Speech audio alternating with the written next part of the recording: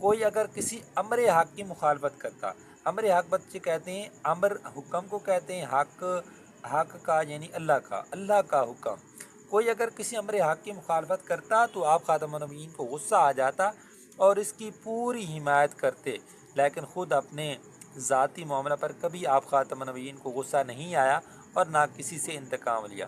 یہ بچے کمپلیٹ اس کا آنسر ہے۔ اگر آپ تھوڑا بھی تیار کر لیں کہ برا بلا نہ کہتے، یہاں تک بھی کر لیں تو ٹھیک ہے۔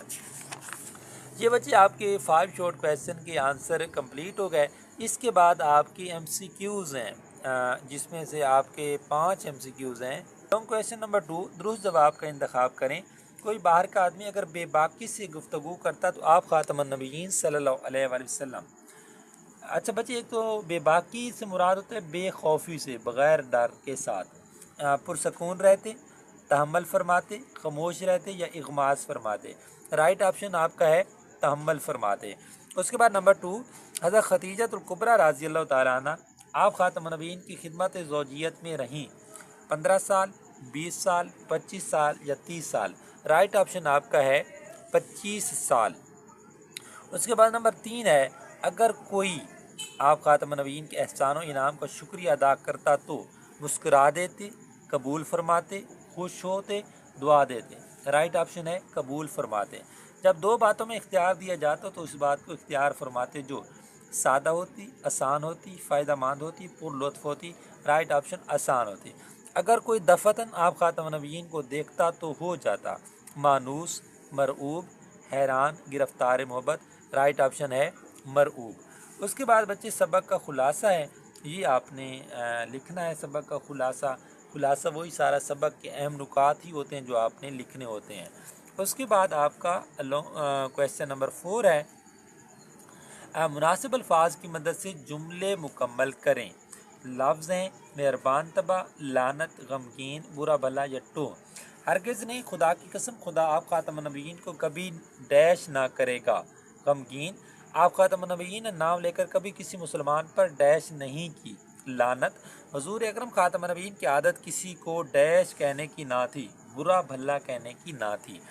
آپ خاتم النبیین خندہ جبین، نرم خو اور ڈیش تھے، مہربان طبع کے مالک تھے، کسی کے اندرونی حالات کی ڈیش میں نہیں رہتے تھے، ٹوہ میں نہیں رہتے تھے۔ ٹوہ کے لفظی معنی ہوتے ہیں بچے کھوج، یعنی کہ آپ خاتم النبیین کسی کے معاملات کے اندر کھوج لگانے میں نہیں لگے رہتے تھے۔ اس کے بعد آپ کا کویسچن نمبر 5 ہے، درج ذیل پیراگراف کی تشریح کریں۔ پیراگراف پڑھ لیتے ہیں۔ اپنے نفس سے 3 چیزیں آپ خاتم النبیین نے بالکل دور کر دی تھی، بحث و مباحثہ، ضرورت سے زیادہ بات کرنا، اور جو بات مطلب کی نہ ہو اس میں پڑھنا۔ دوسروں کے متعلق بھی 3 باتوں سے پرہیز کرتے تھے، کسی کو برا نہیں کہتے تھے، کسی کی عیب گیری نہیں کرتے تھے، کسی کے اندرونی حالات کی ٹوہ میں نہیں رہتے تھے، وہی باتیں کرتے تھے جن سے کوئی مفید نتیجہ نکل سکتا تھا۔ بچے، آپ کا یہ جو کویسچن ہوتا ہے نثر پارے کی تشریح کا، یہ 10 نمبر کا ہوتا ہے، 1 نمبر مصنف کے نام کا ہوتا ہے، 3 نمبر آپ کے خط کشیدہ الفاظ کے ہوتے ہیں اور 6 نمبر کی تشریح ہوتی ہے۔ اپنے نفس سے مراد ہے اپنے ضمیر سے، بحث و مباحثہ یعنی کہ تکرار گفتگو، کسی کی عیب گیری سے مراد ہے عیب بیان کرنا، کی ٹوہ میں کھوج میں۔ تو یہ آپ نے مشکل الفاظ لکھنے کے بعد اس کی اس نثر پارے کی آپ نے تشریح کرنی ہے۔ اس نثر پارے کو سمجھتے ہوئے اس سے کچھ حالات و واقعات پہلے کے بعد کے اور اس کے اندر جو چیزیں ہیں آپ نے ان کو واضح طور پر ذرا ایکسپلین کر کے کھول کر ان کو آپ نے بیان کرنا ہے۔ اس کے بعد آپ کی بچے کویسچن نمبر 6 ہے، جس میں وہ کہتا ہے کہ درج ذیل الفاظ و تراکیب کے معنی لغت سے تلاش کر کے اپنی کاپیوں میں لکھیں۔ اخلاق کی مبارکہ کے معنی ہوتے ہیں مبارک اخلاق، اچھے اخلاق۔ خدمت زوجیت وہ خدمت ہوتی ہے بچے جب کوئی عورت کسی کی بیوی بن کر اس کی خدمت کرتی ہے، اس کی بیوی رہ کر، تو اس کو کہتے ہیں خدمت زوجیت۔ اس کے بعد امہات المومنین مومنوں کی مائیں۔ احکام الہی اللہ تعالیٰ کی احکام۔ خندہ جبین خوش پیشانی۔ تیور مینس بل کہتے ہیں جو پیشانی کے اوپر بنتے ہیں، پیشانی کے اوپر بننے والے تیور، رویہ یا نظر آنے والے تاثرات، پیشانی کے اوپر نظر آنے والے تاثرات۔ صراحتاً، صراحتاً کی معنی ہوتے واضح طور پر، کھلا، راست گو، سچا، تحمل، صبر، کلام کرنا، بات کرنا۔ اس کے بعد بچے ہیں وہ کہتے ہیں کالم الف میں دیے گئے الفاظ کو کالم بے کے متعلقہ الفاظ سے ملائیں۔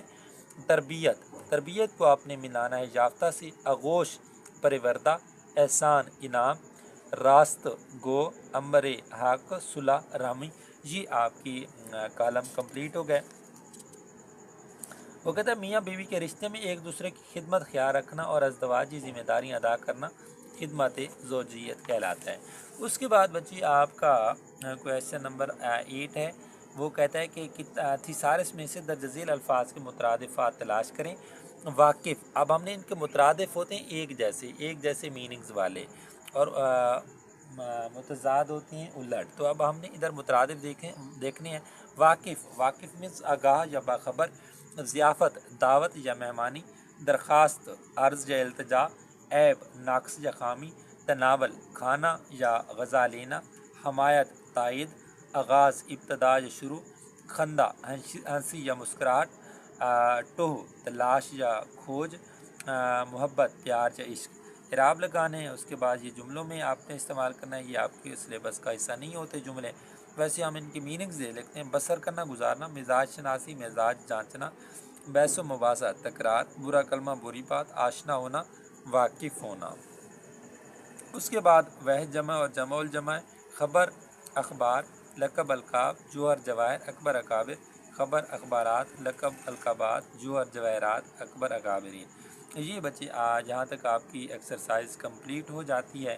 اس کے بعد اگر آگے کوئی چیز ہے تو آپ نے خود سے پڑھ لینی ہے، باقی کچھ بھی نہیں ہے۔ یہ آپ کی سبق نمبر 3 اخلاق نبوی خاتم النبیین صلی اللہ علیہ وسلم کی ایکسرسائز کمپلیٹ ہو گئی۔ تو بچے اسی طرح باقی بھی تمام اسباق کی جو ایکسرسائزز ہیں، جو مشقیں ہیں، آپ کو مکمل طور پر یہاں پر کروائی جائیں گی۔ ان کو یہ سیپریٹ ویڈیوز آپ کو اس چینل کے اوپر مل جائے گی۔ نہ صرف آپ کو 10th کلاس کی اردو کی ویڈیوز ملیں گی، اس کے ساتھ انگلش کی سبجیکٹ کی بھی آپ کو ویڈیوز اس چینل پر مل جائیں گی۔ آپ کی غزلیں، آپ کی نظمیں، آپ کے جتنے بھی سبق ہیں ان سب کو اس چینل کے اوپر کروایا جائے گا، اور میکسیمم کروا دیے گئے ہیں، اور چینل کے اوپر ان کی ویڈیوز اپلوڈ ہو چکی ہیں۔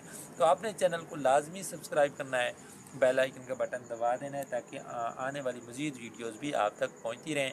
ملتے ہیں بچے نیکسٹ ویڈیو میں، اپنا خیال رکھیے گا۔ بیسٹ آف لک، خدا حافظ۔